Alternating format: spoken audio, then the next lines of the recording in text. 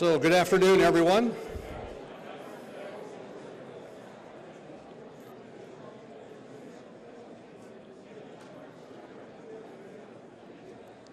Good afternoon. It's fantastic to see you all here today. My name is Bruce Karstadt. I'm the head of the American Swedish Institute. It's a real honor for me to welcome you and to the campus of the American Swedish Institute. We're very pleased by your presence, including so many distinguished officials and guests from throughout the city.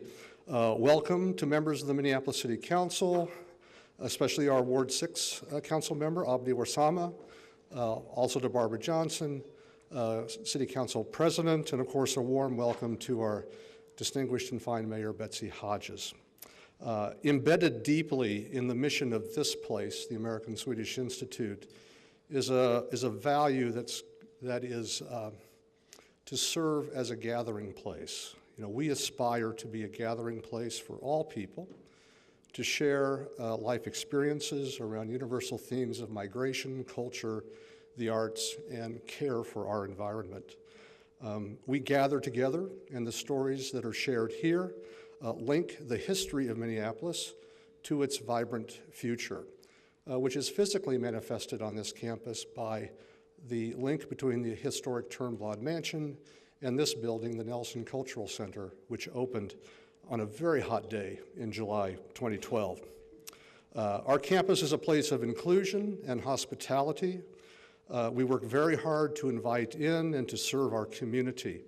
In moments when we gather around the table or in a meeting room or in an exhibit space with residents and students from the West Phillips community, from throughout the metropolitan area, and at times with officials from our sister city in Sweden, Uppsala, the exhibits and programs, activities found here explore topics as wide-ranging as global migration, to sustainable design, to our responsibilities to children, and around the simple pleasures of crafting artifacts or simply preparing good food.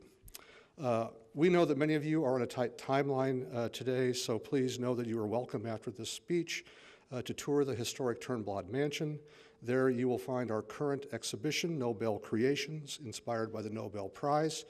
Or in the first level of this building, you'll find Shaping Peace, an exhibition that is the product of a collaboration between my colleagues here and students and faculty from Augsburg College. So again, thank you all for being here. It's my pleasure to introduce Lorena Duarte, a Salvadoran-American poet, playwright, and author.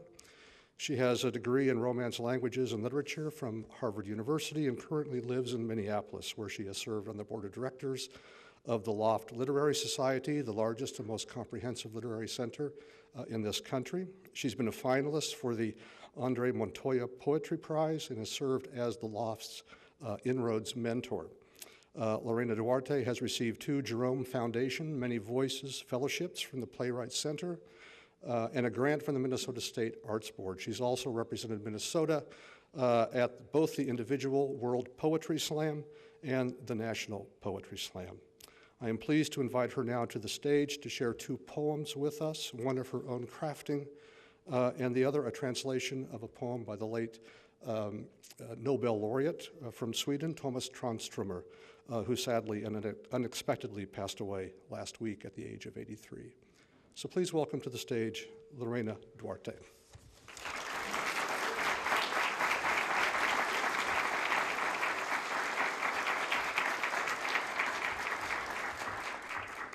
Good afternoon, everyone. First of all, I just want to thank Mayor Hodges and her staff for inviting me to share some poems with you. It's a great honor. I'm a great believer in the arts really informing all aspects of our lives, including public policy. And so it's really wonderful to know that our mayor not only believes that, but is also a poetry buff, which was a great surprise and a wonderful one. The first poem I'll be reading is by Thomas Tranströmer. It is the Half-Finished Heaven, the title poem of the Minneapolis-based Grey Wolf Press's volume, The Half-Finished Heaven, the best poems of Thomas Tranströmer.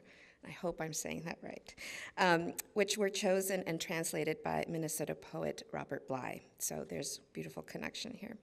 The volume was published in 2001, 10 years before Transtromer was awarded the Nobel Prize for Literature in 2011. The poem, I think, is a beautiful poem that speaks to possibility, ultimately, the possibility that lies within each of us and the possibility that lies within us as a community, and what happens when we realize that we all have a stake in each other's happiness and success. The half-finished heaven. Despondency breaks off its course. Anguish breaks off its course. The vulture breaks off its flight.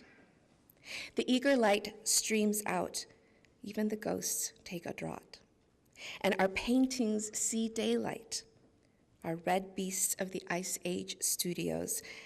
Everything begins to look around. We walk in the sun in the hundreds. Each man is a half-open door, leading to a room for everyone. The endless ground under us, the water is shining among the trees. The lake is a window into the earth. Now, choosing one of my own poems to follow up a Nobel Prize-winning poet is definitely an exercise in humility, let me tell you. And ultimately, what guided my selection is this incredible building that we're in. I think it really speaks to the immigrant experience.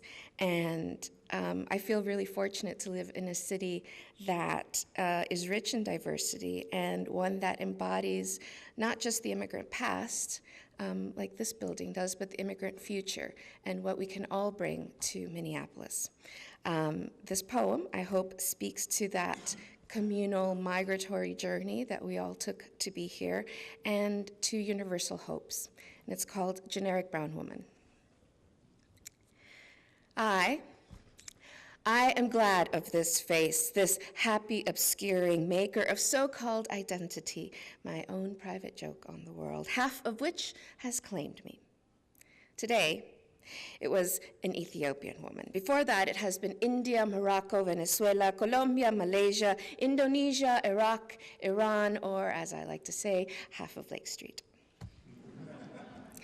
I'm glad of it, but find it odd and funny, this face, this shell of conquered and conquering mestizo existence. I love feeling some strange kinship with so many different sunsets, paths, and ways to say, I adore you. But I find it odd, the flags that are waved of, you belong here, or don't love that. I am not interested in skirting more borders. Rather, if I am to be your generic brown woman, if I am to be your brown blank slate, then let us talk about the geographies of injustice, the words of the unspoken, and the uniformity of love.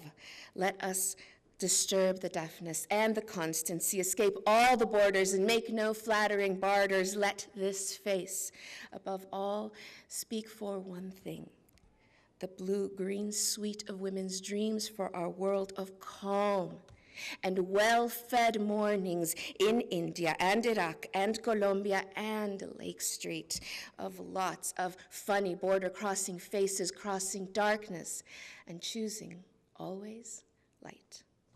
Thank you very much.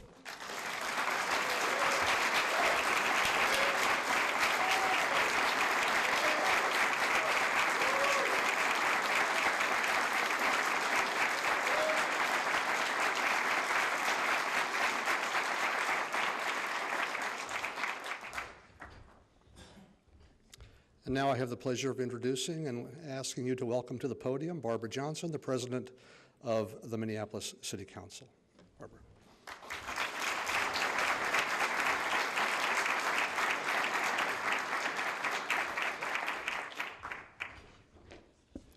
Well, thank you, Bruce, and thank you to everyone who's attending today, and what a great pleasure to be at the American Swedish Institute. I was telling people as I was coming in, I bring my children here for great kids' activities.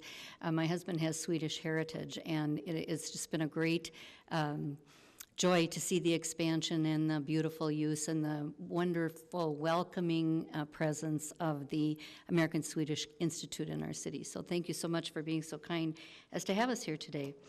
So this is actually a meeting of the Minneapolis City Council. So I'm going to ask our city clerk to call the roll, and each of our city council members will stand and be introduced during that roll call. So Mr. Carl, would you like to call the roll, please? Councilmember Warsami. Present. Councilmember Goodman. Present. Councilmember Fry. Here. Councilmember Palmisano. Present. Councilmember Gordon. Here. Councilmember Kano. Here. Councilmember Wright. Here. Councilmember Bender. Here. Councilmember Glidden. Here. Councilmember Yang. Here. Councilmember Johnson. Here. Councilmember Quincy. Here. Council President Johnson. Here. There are 13 members present. We have all members present with us this morning, and so I am privileged to introduce our mayor, Betsy Hodges, for her State of the City address. Mayor Hodges.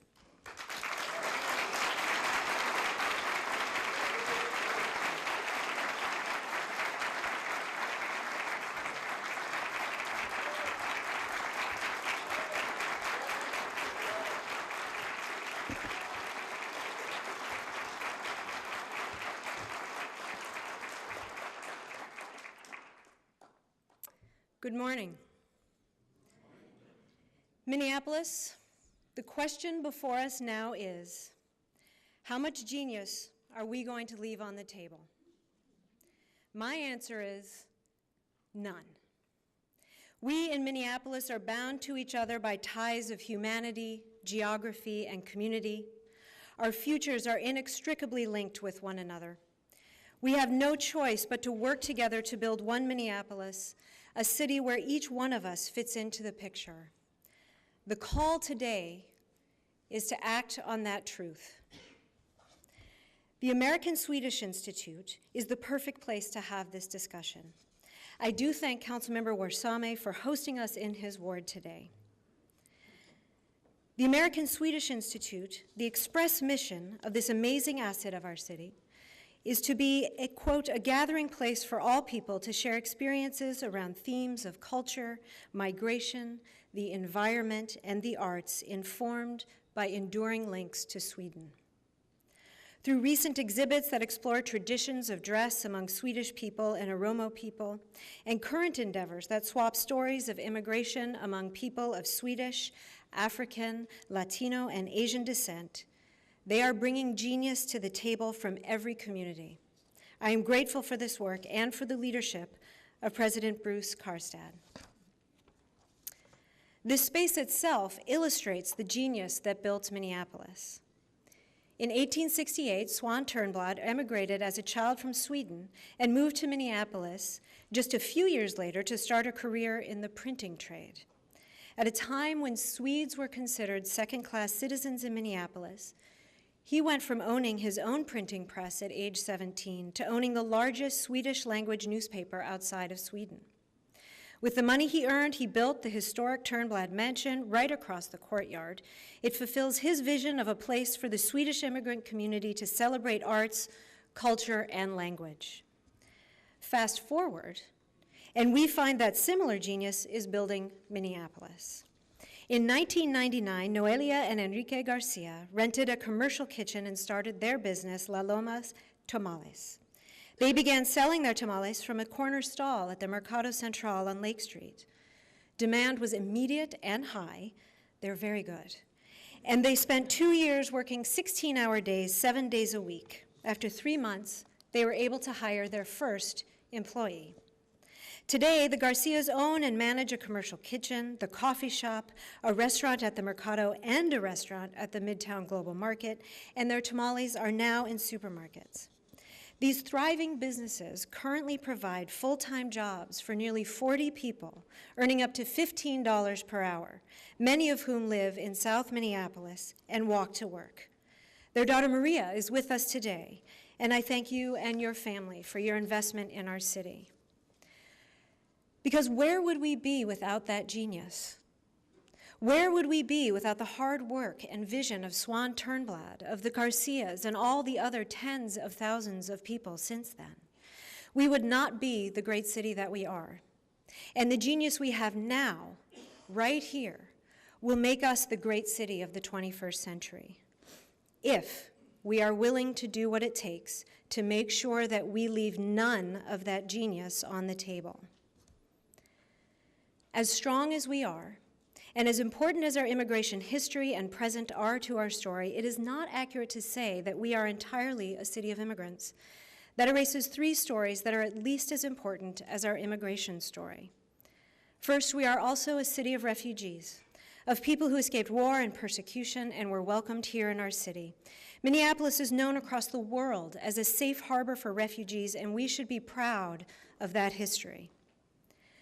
Second, we are also a nation of people whose ancestors were brought here as slaves. As we move into a brighter future together, dismantling the shameful legacy of slavery is required to build our community and to build our economy. Third, we are a nation of first peoples. The first immigrants arrived on these shores to people who were already here, not immigrants, but first people and First Nations. Those people are still here. Those nations are still here. All of those histories are also our strength as we move together into the future. We add to that long list of things about Minneapolis that we can be proud of, including having had a great 2014. Our city remains safe, with violent and property crime remaining flat. We were awarded the Super Bowl in 2018 and the NCAA in 2019. We have invested the resources we need to move forward on the new vision for Nicollet Mall, and will be breaking ground here soon. We will also see a new vision arise on the Nicollet Hotel block, one that includes a streetcar and our transit future, and so much more. We have the strengths we need to address our biggest challenges: climate change, workforce needs, public safety, community trust, and equity, to name some of them. To meet these challenges successfully, we are going to need our greatest strength, our people, and every bit of talent and every ounce of genius we have got. All of that genius is right here, ready to build our economic future and our city's future. So again, the question before us is, how much of that genius are we going to leave on the table? Our current inequities, the gaps between white people and people of color, low-income and high-income people, mean generations of people's brain power and talent are not being fully engaged in solving our city's most pressing problems. Generations of people's creativity is not being fully tapped to move our city forward, and generations of young people haven't or won't get the education they need to build our city's future. In the face of that, why would we leave any genius on the table? Take, for example, climate change. It is one of our challenges, and it will require every mind we have fully engaged to solve it. It is a peculiarity of the current state of affairs that the scientific method and its results, reliable and sound for centuries now, is so in doubt by so many that it must be reaffirmed publicly before any conversation can proceed. So I will state it here: climate change is real.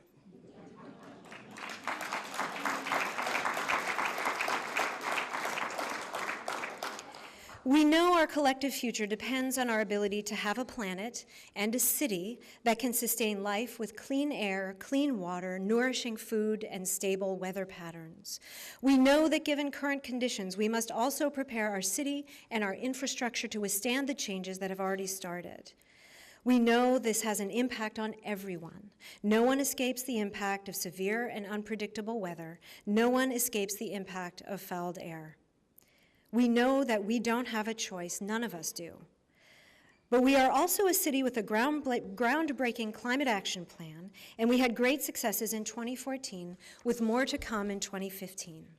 In 2014, the White House named us Climate Action Champions.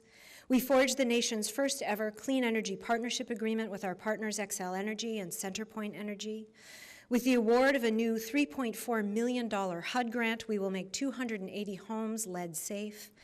The Cool Soils Partnership with the Midwanacan Sioux and the University of Minnesota is working with urban farmers in our neighborhoods and Little Earth, now led by our former colleague, Robert Lilligren, to increase locally produced food.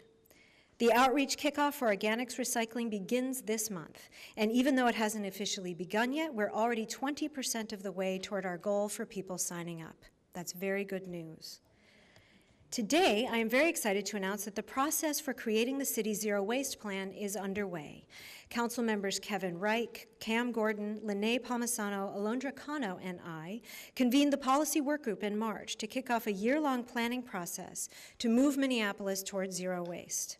Our goal is to come up with a plan that will help everyone who lives and works in Minneapolis recycle more and throw away less.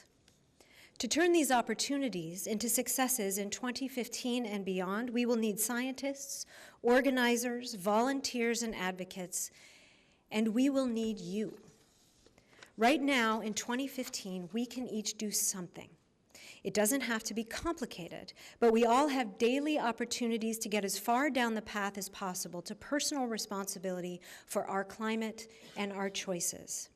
In that spirit, today I am announcing the launch of the Minneapolis Climate Champs Challenge. Each month for the rest of the year, starting today, I will be inviting all of us, including myself, to take on the challenge of new behaviors and new habits. We are climate action champs here in Minneapolis, and this is a way for all of us to get on board. So, what is the challenge? Each month I will propose a theme and some suggested steps that we can all take to help us meet our climate goals here in the city. For example, this month the theme is recycling. The challenge is to increase your recycling at home, at work, and on the road. Starting today and all month long, I will share various one-time activities that people can participate in, resources available to help us up our game, and tips on how we can make it easier to maximize our recycling. And tips, and one quick action everyone can take, for example, is to go to the city's website, you can even do it right now on your phone, I won't mind, and sign up for organics recycling at minneapolismn.gov/organics. I will share my progress on social media, #MPLS Climate Champs on Twitter, and the Minneapolis Climate Champs Challenge page on Facebook, and I invite all of you to do the same. I will also write periodic updates on my blog, mayorhodges.com, which is an endless source of joy and fascination for all who read it. Each one of us here can do something to stop the progress of climate change. Each one of us has a gift to offer the process. Each one of us has something we can do, that we choose to do, to make sure that we have a healthy planet and that we have healthy people. And each one of us, we need each one of us to do it. You are in the picture of the solution to climate change. We cannot leave your heart, your challenge, or your genius on the table. We can't leave anyone's genius on the table. This includes our young people and our youngest people. In my State of the City address last year, I announced I would be forming the Cradle to K cabinet, because if we're going to make sure that every bit of talent and genius our community has to offer is nurtured, it starts at the very beginning of life. 80% of a child's brain development happens by the time she is 3 years old. What we do for our kids early on matters. It matters a lot. So I'm proud to say that a year later, the Cradle to K cabinet is moving into implementation mode. After months of work by cabinet members, subcommittee members, and cabinet co-chairs Carolyn Smallwood of Way to Grow and Peggy Flanagan of the Minnesota Children's Defense Fund here today, thank you very much. After 2 months of input by community members, our final recommendations will be ready in mid-May. The whole community will be invited to do whatever each of us can do to make a difference for our youngest kids. One key set of recommendations in the plan is making sure every child is stably housed. Housing for families matters. It's why I included $1 million more for family housing in the 2015 budget. Thank you. Councilmember John Quincy has been a tireless advocate for housing in Minneapolis since before he was on the city council. And as one of the founders of the city's internal youth cabinet, he is making sure our city enterprise focuses on the needs of our youngest people. Thank you, Councilmember Quincy. I look forward to working together with you to make sure all of our kids have safe places to call home. One of the places this work comes together so well is in President Obama's My Brother's Keeper Challenge. Over a year ago, the president laid out a charge for our country that the welfare of boys and young men of color is crucial to the future of our society. Its 6 goals include preparing boys for kindergarten, as well as making sure that young men of color have the educational opportunities and support they need all along the way. I applaud and appreciate the president for his forward thinking here and for the actions he is taking to make it real in communities across the country. St. Paul Mayor Chris Coleman and I were among the first mayors to begin working on this initiative with the White House. We have taken the president's charge to heart, convening a regional action group that is creating a plan for our cities. And I am grateful to John Turnipseed at Urban Ventures for his leadership with My Brother's Keeper here in the city. And I have to thank my guys with the Build Leaders program too. Through the Build program, guys who have stepped some on a rough path themselves get some job training. Leaders there are trained to reach back and help the young men behind them stay off the path at all. Their work is strong, and the results life-changing for all of them. So when done right, our work with 18 to 24-year-old men creates a virtuous cycle. The babies in need of care and support are parented by fathers who, with support of their own, will be able to provide it. Some of the parents I am talking about are the same 18 to 24-year-old men who themselves are at risk for violence and participation in illegal behavior. Here is a challenging truth we don't often think about. Some 18 to 24-year-old men of color are some of the most vulnerable people in our population. They are most at risk for being victims of violent crime. They are most at risk for participation in gangs. Many are in precarious economic situations, unemployed, potentially with a felony on their records, without a college degree or job training, and without networks that can support and sustain them and their families. Income is sometimes from illegal or dangerous activity. While we look for ways to start from day one to make those outcomes better for our children, we must also start now with our young men. And I should be clear, this picture is by no means about all young men of color. Too often our stories show the worst rather than the best in our young men. We hear a lot of stories about young men who are behaving poorly, young men who commit crimes. What we don't hear are the success stories. I remember talking to a young man who was participating in a jobs program. The day his daughter was born was the day he realized he wanted to provide a future for her that was more secure than the one he'd been trying to provide for himself. That day, he shifted his life toward school and career rather than toward the criminal justice system, and now he is a carpentry apprentice. Or the young man who turned his life around because a neighbor's auntie cared enough to ask him why he was getting in trouble, and now he's on his way to community college. We as a community need to hear these stories too, so we get the broadest picture possible of what's happening in our community. These are the stories that will remind us of how much genius is carried in every single brain, how much passion and compassion is in every single heart, how much possibility there is in every single life. It is time we uplift our boys and young men of color, not just try to fix them.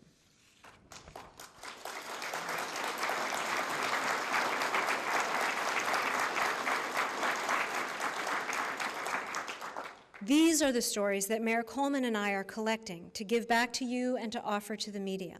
You can share your stories of success of young men and boys of color on my website. And while these are the stories we need to hear, it remains true that these young men, and girls too, are still most at risk for involvement in the juvenile and criminal justice systems. This is another place where, with good policy and investment in the right interventions, we can keep a whole lot of our genius on the table.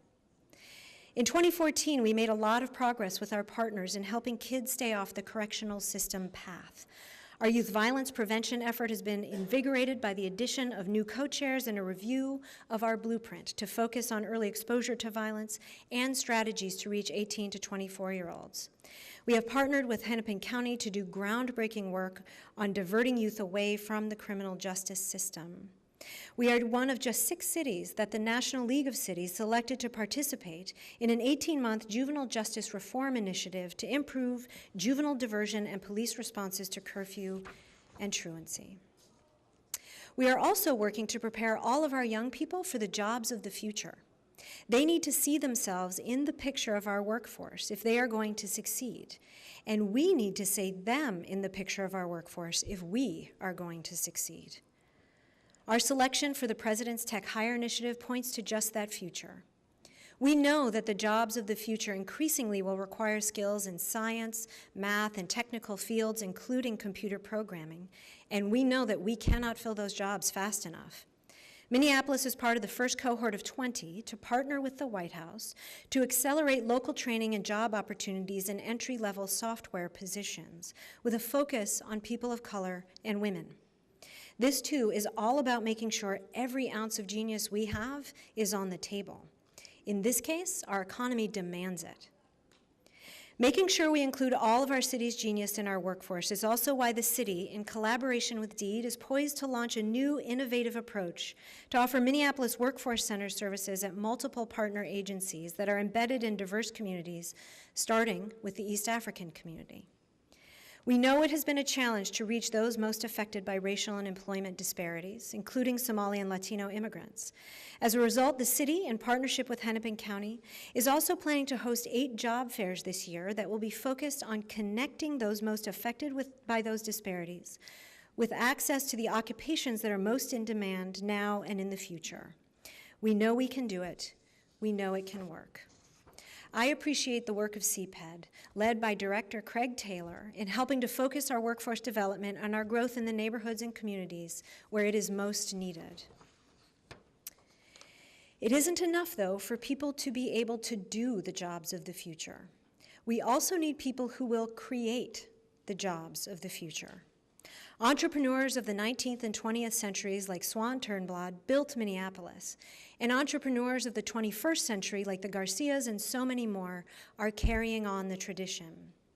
Last year in the State of the City address, I announced Minneapolis Business Made Simple, a project to examine all the places where we as a city get in the way of people investing in Minneapolis.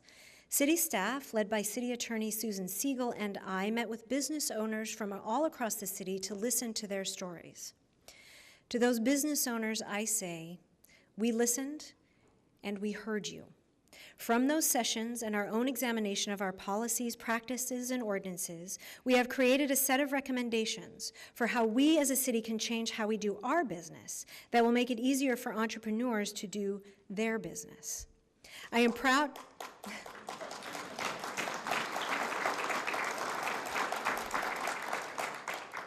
The president of META was excited to hear that. I am proud to announce today that we are ready to move ahead to create and implement a solid plan to get people's businesses operating sooner and make their relationship with the city even stronger. I will be working with colleagues on the council, including Councilmember Lisa Goodman, Chair of the Community Development Committee, Lisa Bender, Chair of the Zoning and Planning Committee, and Andrew Johnson, as well as city staff to implement the Minneapolis Business Made Simple recommendations, which are also available on my website. It's a very exciting website. In other words, Minneapolis, sometimes getting our genius to the table means getting out of our own way. It also means making sure our kids are educated. Nowhere else are we leaving more talent on the table than education, in and out of school. Education is our chance to both build our future workforce and build the future of one Minneapolis. I have spent a lot of time talking about the fact that Minneapolis has the biggest disparities between white students and students of color in the country. It is not a point of pride for any of us. What we can be proud of is the great work that has already begun to ensure a brighter future for all of our students. Interim Superintendent of the Minneapolis Public Schools, Michael Gore, in partnership and with leadership with the Minneapolis Board of Education and its president, Jenny Arneson, is taking up the work of creating fast, clear, achievable academic pathways for our most vulnerable schools. The Northside Achievement Zone, Generation Next, the Youth Coordinating Board, the Minneapolis Park and Recreation Board, Hennepin County, ably led by Commissioner Jan Callison, and countless nonprofits and foundations are increasingly working together to make sure our systems are seamlessly set up to support all of our young people, not to fail so many of them yet again. The focus has been on making sure we prepare young people for the workforce, and appropriately so. Our workforce readiness is supremely important to everyone in Minneapolis, and having a job is a key way many of us engage with our community. One Minneapolis, however, is about more than making sure everyone has a job, though it is that, and that those jobs are not predictably distributed by race or income or zip code, though it is that. It is also making sure all of us in this community are prepared to build and participate in our community. So the question about youth is about more than grades or post-secondary planning. It's also about being able to build our common future, to participate in creating our community. We need our kids to be more than workforce ready. We need kids who are ready to build one Minneapolis. We need them ready and eager to take leadership in this community, to be future mentors and elected officials and fringe show entrants and block leaders and parents. We need them healthy, engaged, ready to beat back the buckthorn, to join a neighborhood organization, to write the poetry that will inspire a generation. And we need them ready and able to vote. That simple act builds our community like none other, and I'm honored that voting rights champion Secretary of State Steve Simon is here.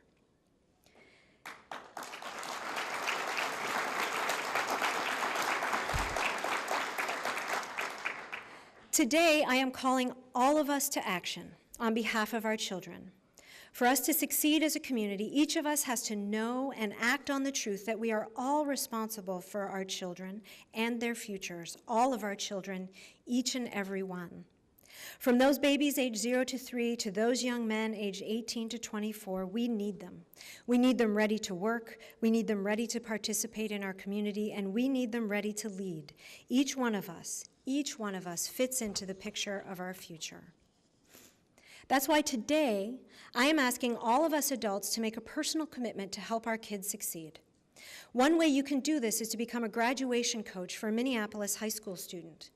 Achieve Minneapolis, which has partnered with the city to create the nationally renowned Step Up Youth Employment Program, is now eager to train you as a graduation coach to mentor a Minneapolis public high school student.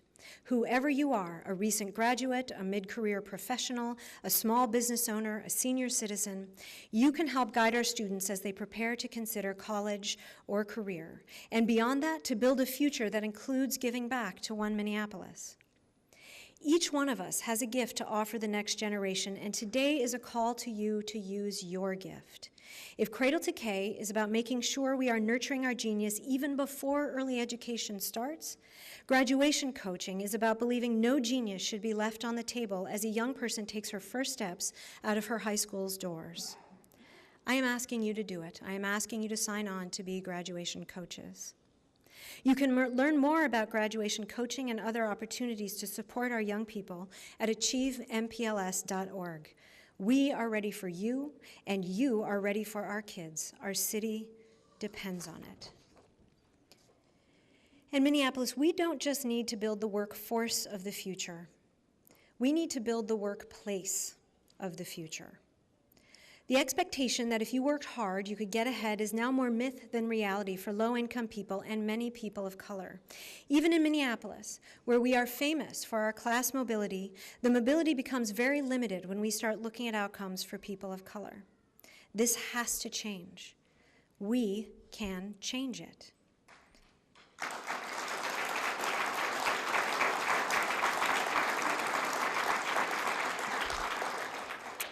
Wages in the American economy for low-income and middle-class workers and families have stagnated in the last 40 years. Since 2001, in Minnesota, wages have grown an average of 0.2% a year. As a result, the gap between low and middle-income workers on the one hand and the highest-paid people on the other is the widest it's been in nearly a century.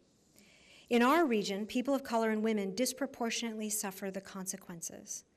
This structural income inequality has devastating economic effects and devastating social and moral effects as well. It hurts all of us, no matter our income, gender, or race. Historically, how we as Americans have built our middle class is through strong worker and workforce protections. That remains true today. In addition to making sure all of our neighbors are workforce ready, we need to reinforce the conditions under which our labor force works. In the broadest picture, there are two key things we need to come together to provide. First, renewed faith in, energy for, and support behind collective bargaining in the private sector.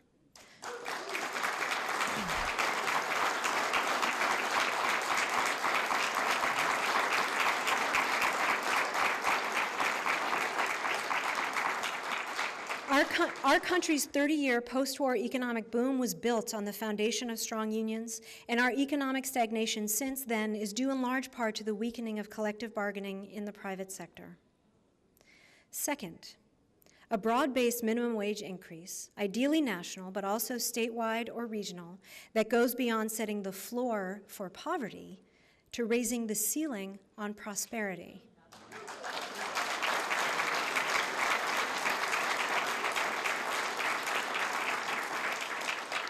There are other powerful tools in our tool belts that can make a big difference for working people, and today we will begin to use them.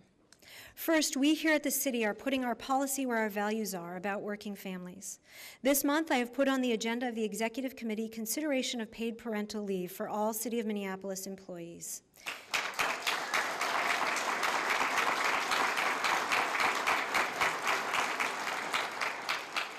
If passed by the full council, new parents, mothers, fathers, birth parents, and adoptive parents can take up to 3 weeks of paid parental leave. It's important that we in the public sector demonstrate our commitment to our workers, and I appreciate Council President Barbara Johnson for her leadership here, and City Coordinator Spencer Cronk for his work and assistance. It is also important that we as a community demonstrate our commitment to all of our neighbors and colleagues who work in this city, whether in the public or the private sectors.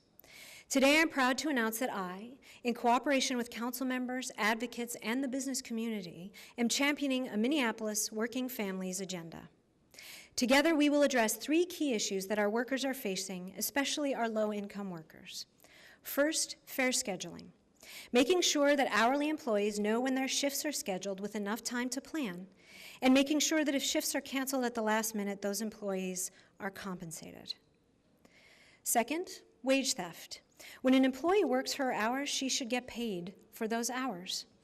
When an employee works overtime, that employee should get paid for that overtime.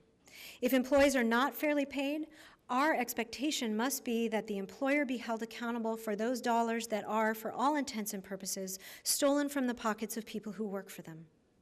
The city can add to the toolbox of enforcement that already exists for wage theft. And finally, earned sick and safe time. Every year in the United States, workplaces lose $250 billion in productivity due to illness. But 72% of that amount, or $180 billion, is because people come to work sick instead of staying home. And research shows that on average, 1 sick employee on the job will create 1 more sick employee, and productivity losses multiply. We also know that here in Minneapolis, 42% of workers lack access to earned sick and safe time. And once again, racial disparities are at work. For example, 63% of white workers have earned sick and safe time, while only 32% of Latino workers do. A report released just this week by the Minnesota Department of Health also shows that 79% of workers in the food preparation and serving sector lack paid sick time, and that from 2004 to 2013, there were nearly 3,000 cases of foodborne illnesses that were traced to 200 food workers on the job who were ill or had recently been ill. Think about that for a second. Right now, employees who are not able to earn sick time means they have to choose between getting paid or getting well.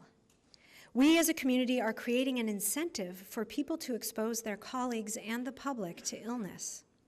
Together, we need to provide an alternative incentive structure so that sick people can get well and well people can stay well. And we also know that those incentives are good business. Research shows that paid sick and safe time has a positive effect on business profits and employer reputation, that jobs have grown in the sectors where it has been applied, and that there has been little effect on costs. I am grateful to Council President Johnson and Vice President Elizabeth Glidden for their work here. Councilmember Bender, building on the work of Councilmember Andrew Johnson, has already called together a group of stakeholders to start the next phase of implementation of this work. President Obama himself has been a champion of paid parental leave and paid sick time, and our work has earned the attention of the White House and the U.S. Department of Labor. I am honored to announce that Secretary of Labor Tom Perez will be returning to Minneapolis in May to engage with us about our workforce and workplace protections. Congressman Keith Ellison has also been very helpful and supportive on moving this agenda. I also want to thank the leaders at the state capitol. Minneapolis Representative and DFL House Leader Paul Thiessen is the lead author on the Working Parents Bill that includes earned sick and safe time and fair scheduling, and many members of our Minneapolis delegation support these efforts. I also very much appreciate Governor Dayton's support for our working families. We are building the workforce of the future. We are going to build the workplace of the future. And right now, we are building the city of the future. Look around you. Cranes are everywhere. In 2014, we issued over $2 billion worth of building permits, a milestone this city had never seen before. Downtown in particular is thriving, with downtown east a forest of cranes from which our beautiful new commons will soon emerge. I know that Councilmember Jacob Fry is as excited as I am to see this progress and has been working very hard to make it real now and into the future. But all across Minneapolis, things are happening. Olu Center received technical assistance from MEDA through the city's BTAP program to pursue an expansion in North Minneapolis. LifeSource moved 125 jobs to the Minneapolis riverfront, investing nearly $18 million in a new building with city financing. Seward Friendship Co-op broke ground on East 38th Street, bringing jobs and healthy food choices to a food desert. The Northeast Investment Cooperative bought and renovated 2 buildings on Central Avenue, leasing them to a bike shop, a German bakery, and the state's first cooperative brewery. We are booming and we are growing. At the heart of our success lies our public investment in the public good, building the city people choose to invest in. And the heart of those public investments? Transit and transportation. When I was with mayors from around the country last week talking about transit and transportation, each of them was clear. If they have transit, they want more. If they don't have transit, they know to stay competitive, they will need it. If they have bike infrastructure, they want more.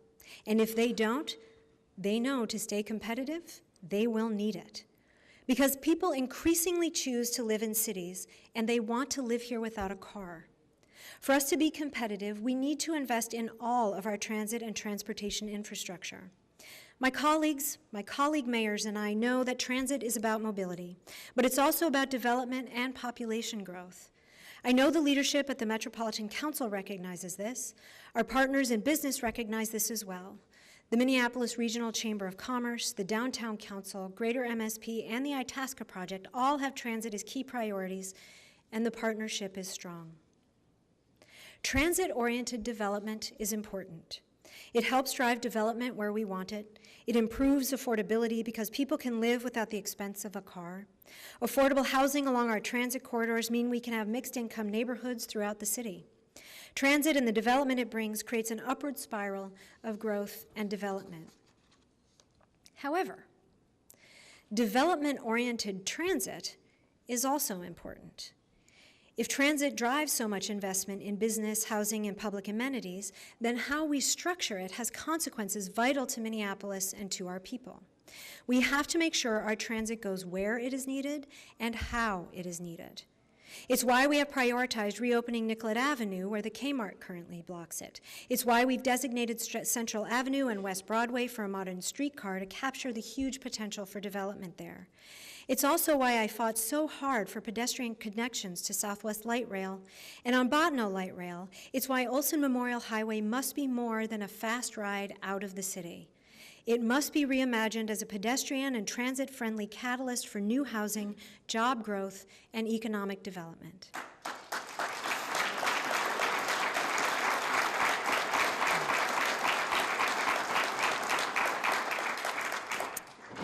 To build the transit system that we need new revenue. Minneapolis stands firmly with Senator Scott Dibble and with the state Senate in support of a balanced transportation package which includes new revenue for both roads and transit. And that new transit revenue should directly benefit all Minneapolis neighborhoods. Minneapolis transit riders are by far Metro Transit's best customers because we generate more revenue per mile than anywhere else in the region. We must not be overlooked, underserved, or passed by. We will ask our legislators to stand with Senator Dibble and only support a transportation bill that equitably serves the whole region. Another crucial investment in our city's future is the investment we make in public safety. Councilmember Blong Yang, chair of the Public Safety Committee, is the first to tell us how important safety is to our goals of growth and prosperity for all of Minneapolis. We are a safe city. In 2014, the Minneapolis Fire Department responded to more than 40,000 calls for service, an increase of over 6% in 1 year. The department is innovating. For example, firefighters are piloting home welfare and safety visits in an effort to reduce hospital readmission visits. The department is planning the second year of the EMT Pathways program at Roosevelt High School, and firefighters are actively recruiting young men or women ages 15 to 21 for our Fire Explorer program. I thank Chief Friedel for continuing to look for new sustainable service delivery models that meet the needs of our changing city. And 911 continues to serve residents well. City employees in the department, led by Heather Hunt, answered 565,000 calls in 2014. And with the new resources that the City Council and I invested in the department this year, the average response time has already fallen from 6.7 seconds in 2014 to 5.6 seconds in 2015 so far. And the new call handling system that will go live in mid-May will allow for faster delivery of calls through the system. Last year, violent crime stayed at low levels rivaling those of 30 years ago, while property crime levels are nearly as low as those of the early 1960s. Thank you to Chief Janae Harteau and the officers of the MPD for these great results.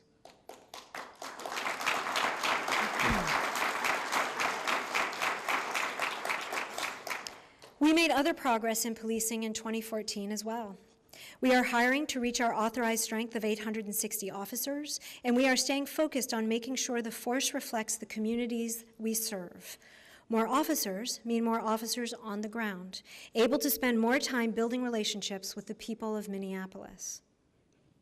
Minneapolis has been part of the difficult national conversation about police and community engagement. When those questions were raised here, I am grateful that our chief joined me for 3 forums in the community and instituted her monthly chats with the chief. And just weeks ago, we were named one of 6 cities in the Office of Justice Program's National Initiative on Building Community Trust and Justice.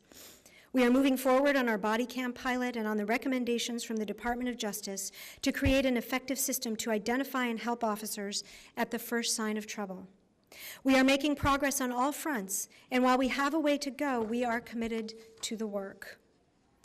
We are engaged in this city in a profound conversation about the kind of practices, relationships, and outcomes that we want as a community from policing.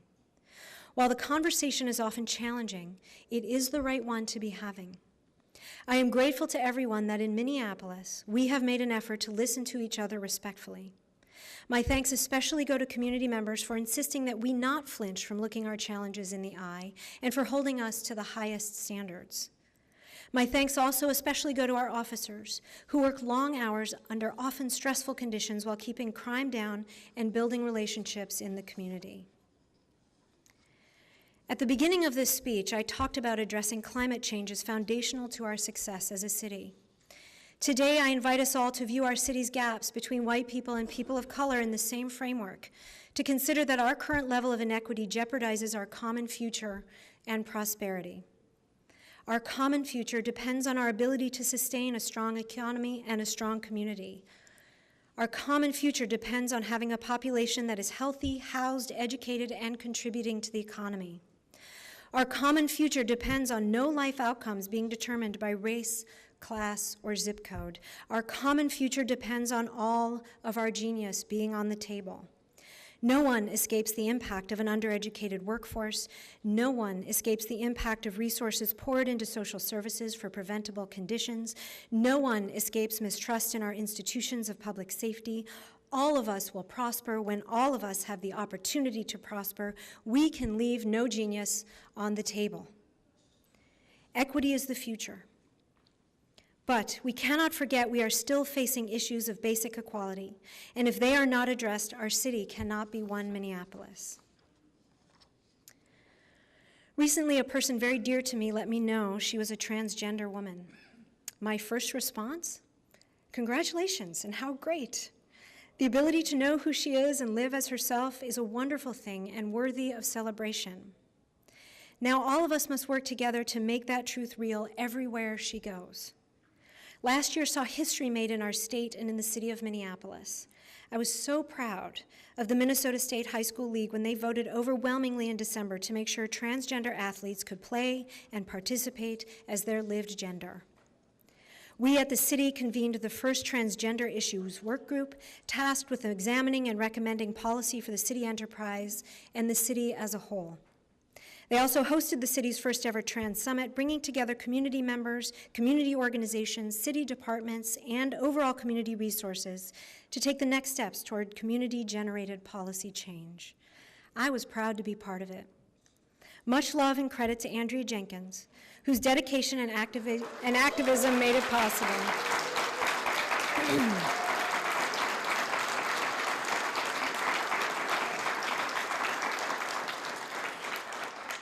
Andrea, we all wish you well in your new role as the new and first ever oral historian for the Transgender Project at the University of Minnesota Libraries.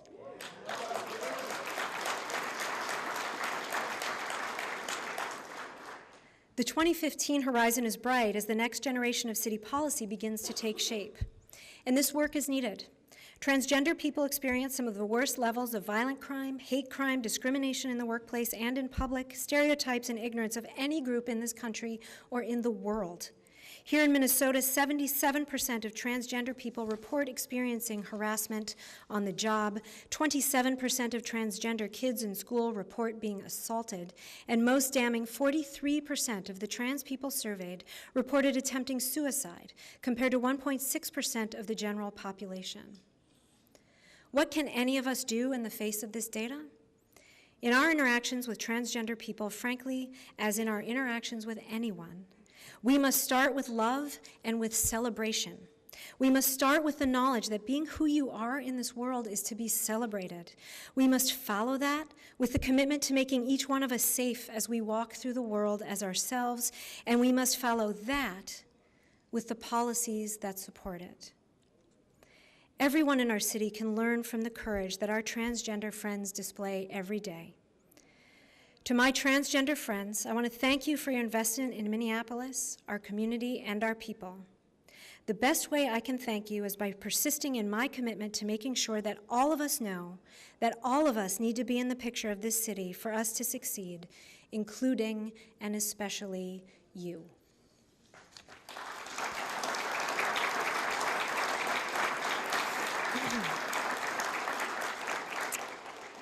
Because we can't do this without you, Minneapolis. Everyone must be in this picture or we will not be one Minneapolis. Too often when we talk about equity or economic justice, we white people do not see ourselves in the picture. We feel like it's all well and good for other people to do better, but not at our expense or that it won't benefit us in any way. The truth of the matter is racial inequity is at white people's expense right now, right at this moment, and eliminating it will benefit us too. We are in the picture, not just as beneficent dolers out of opportunity and largesse, but as recipients of a better economy, a stronger community for our kids, and a more tranquil conscience, which is agitated knowing that our current success has a giant asterisk next to it. Knowing that, the answer to today's question is an easy one for all of us. How much genius do we want to leave on the table?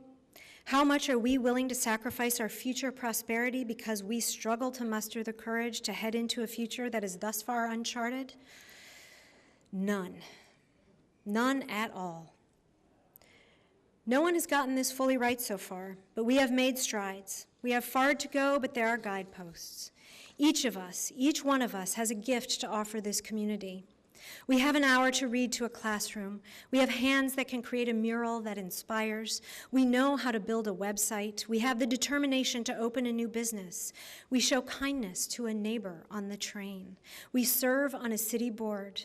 We tell our stories of success, of failure, of what needs to change for you to be part of one Minneapolis. We hire a step-up intern. We recycle. We are a graduation coach for a high school student. We cast our votes. And yes, we organize to lobby the mayor about anything that matters. As the poem that we heard earlier by Swedish poet Tomas Tranströmer says, every person is a half-open door leading to a room for everyone. This means that we can all create openings for each other. We all have a gift to offer each other in the half-finished heaven, the title of the poem, that is our life together. This is your invitation to use that gift in service of one Minneapolis. You fit in this picture. Without you, this picture is incomplete. The state of our city, we are one city. We are one Minneapolis. Let us resolve in 2015 every day to match our behavior with that truth. Thank you.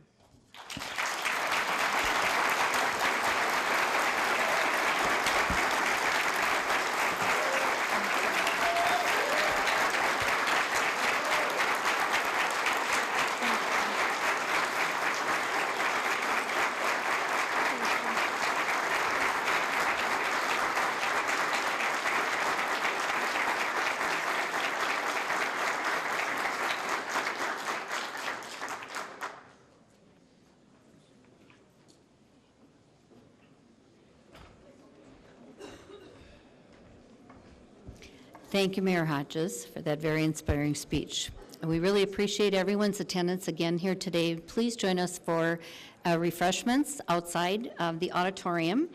And with that, I would entertain a motion to receive and file Mayor Hodges' State of the City speech for 2015. It's been moved and seconded. All in approval say aye. Aye. Opposed? That carries. A motion to adjourn would be in order. It's been moved and seconded to adjourn. All in approval say aye. Aye. Opposed? That carries. Thank you all very much for joining us.